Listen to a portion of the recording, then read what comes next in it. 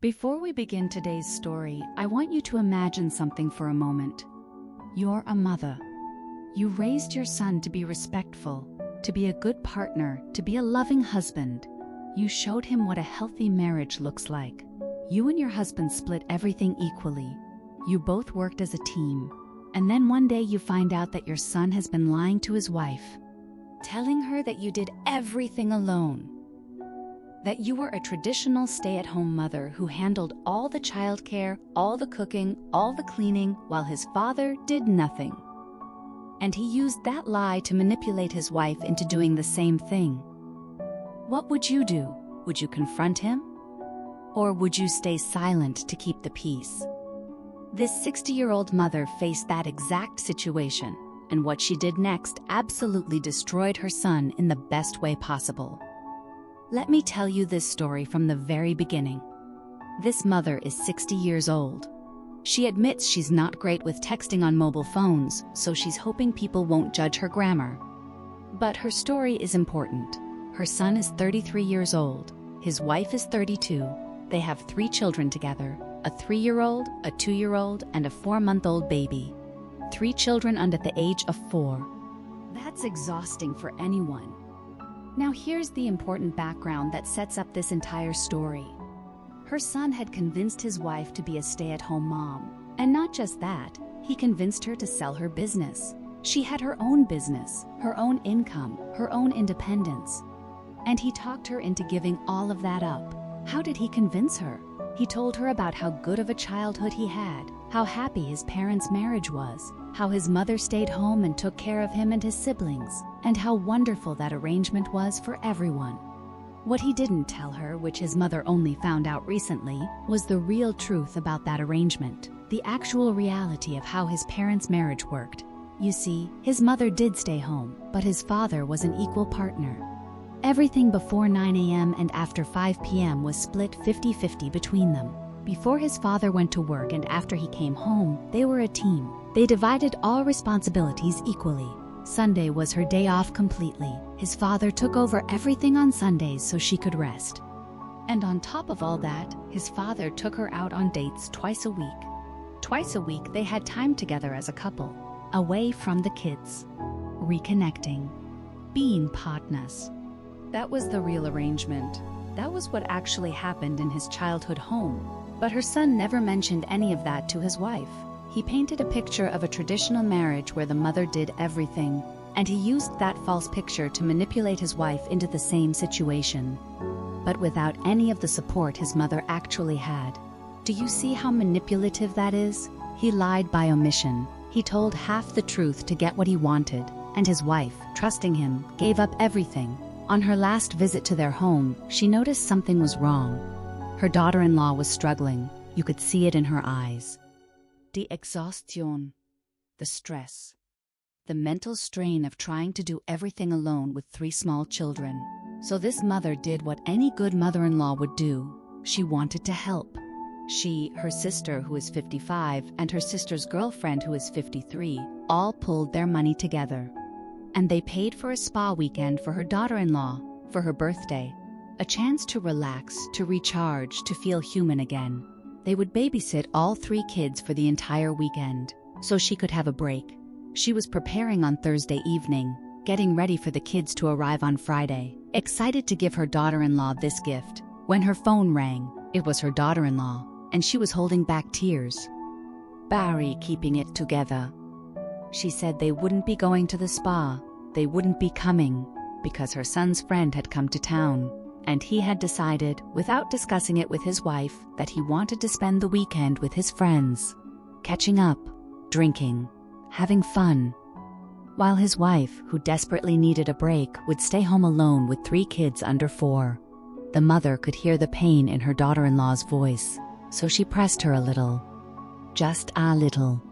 Asked her about her situation, how things were really going, and her daughter-in-law broke down. She came clean about everything, about how he was doing no chores around the house. 0. Nothing. No date nights. They hadn't been on a date in who knows how long. And she was basically doing all of the childcare. All 3 kids. All day. All night. Every feeding, every diaper change, every tantrum, every bedtime. Because according to him, quote, that's what stay-at-home moms do. The mother was honestly disgusted. This wasn't how she raised him. This wasn't the marriage she had modeled for him.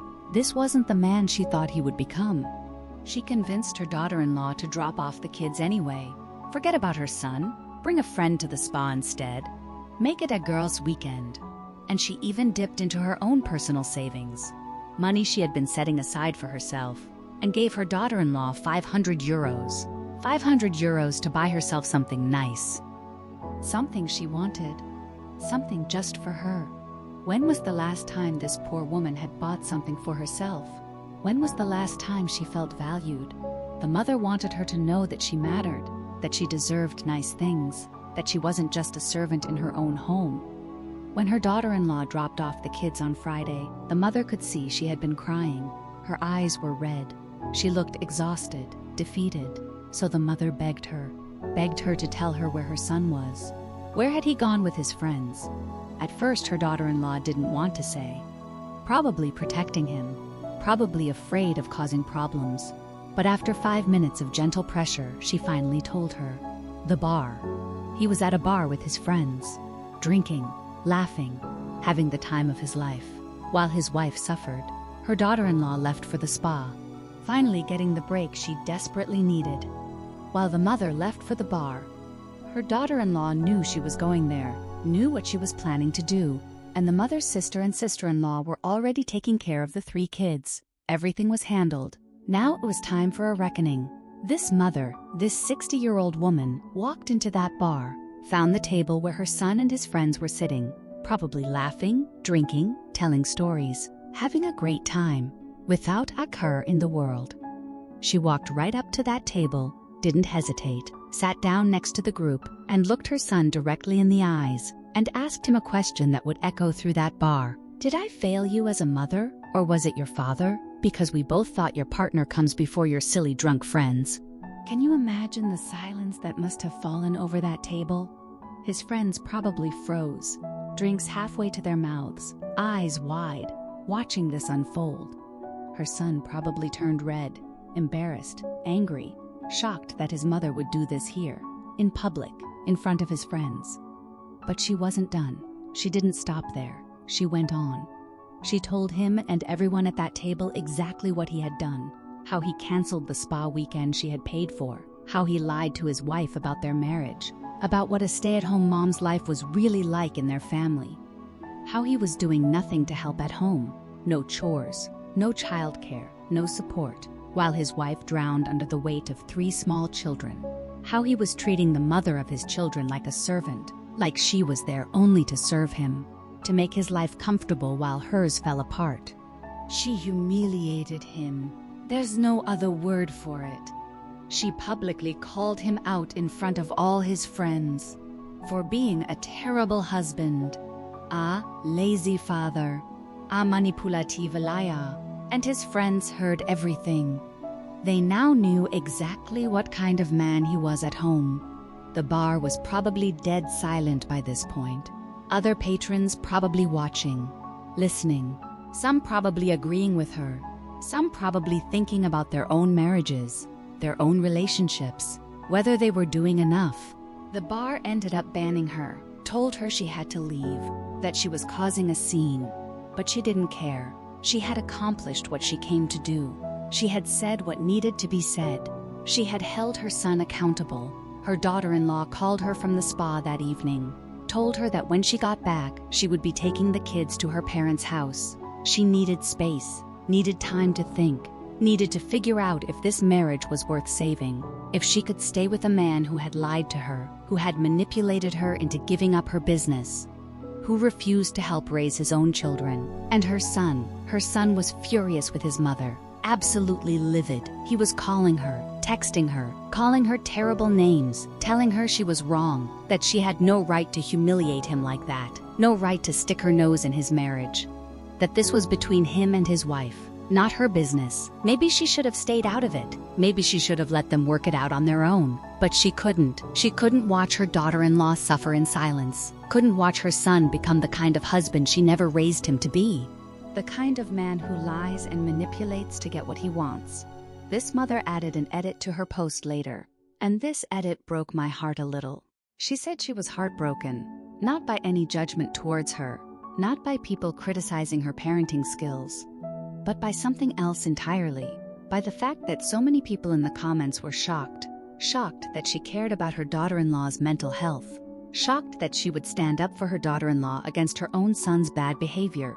She couldn't believe that this was shocking to people, that caring about your child's spouse was somehow unusual. She said as a mother, her advice is simple. Treat your daughter-in-law, your son-in-law, your non-binary in-laws, however you want to label them, treat them how you would want your own children to be treated, with respect, with kindness, with support. Respect goes a long way. And she's right. She's absolutely right. Think about this for a moment. This mother saw her daughter-in-law struggling, saw her drowning. And instead of looking the other way, instead of saying, "Not my problem, not my business," she acted. She paid for a spa weekend out of her own pocket. She dipped into her savings to give her daughter-in-law spending money. She babysat 3 kids under 4 for an entire weekend. And when her son betrayed that kindness by canceling the spa trip to drink with his friends, she didn't let it slide. She didn't make excuses for him. She went to that bar, and she made sure everyone knew what he had done. Was it embarrassing for him? Absolutely. Was it public? Yes. Was it humiliating? Without a doubt. But maybe that's exactly what he needed. Maybe he needed to be called out publicly, to feel shame, to understand that his behavior was unacceptable, that lying to your wife is wrong, that manipulating her into giving up her career is wrong, that refusing to help with your own children is wrong. Her daughter-in-law is now at her parents' house, with all 3 kids, probably getting the support she should have been getting at home, probably having help with the children, probably feeling like she can breathe again.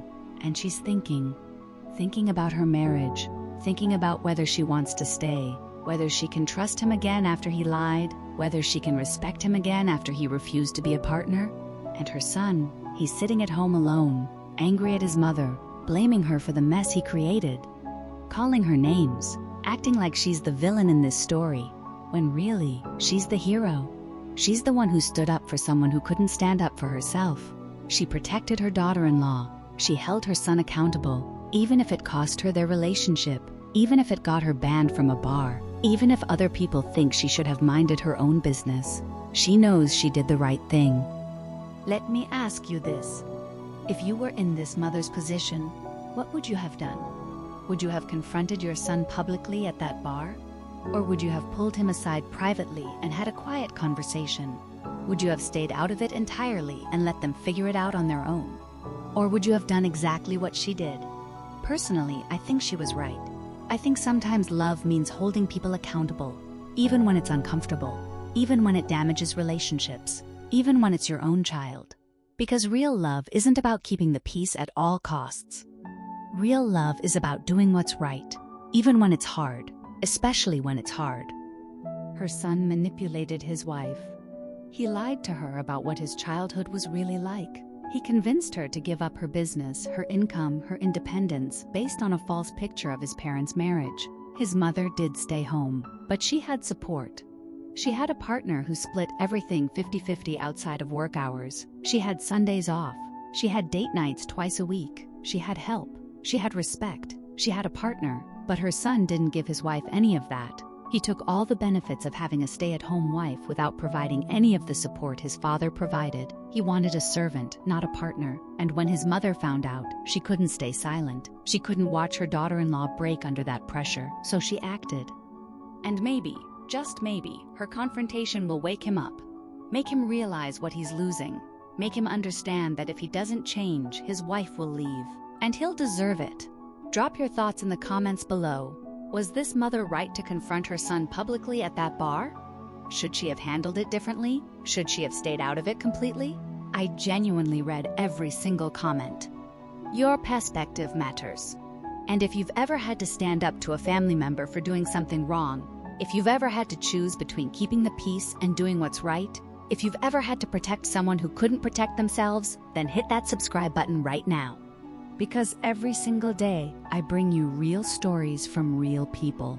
Stories that make you think deeply about relationships, about family, about what it means to do the right thing. Stories that make you feel something real. Stories that remind you that sometimes the hardest thing to do is also the most important thing to do. Subscribe to Unfiltered Chronicles. Turn on your notifications so you never miss a single story, because tomorrow I have another incredible story for you. And trust me, you absolutely will not want to miss it. Thank you for being here. Thank you for listening. I'll see you tomorrow.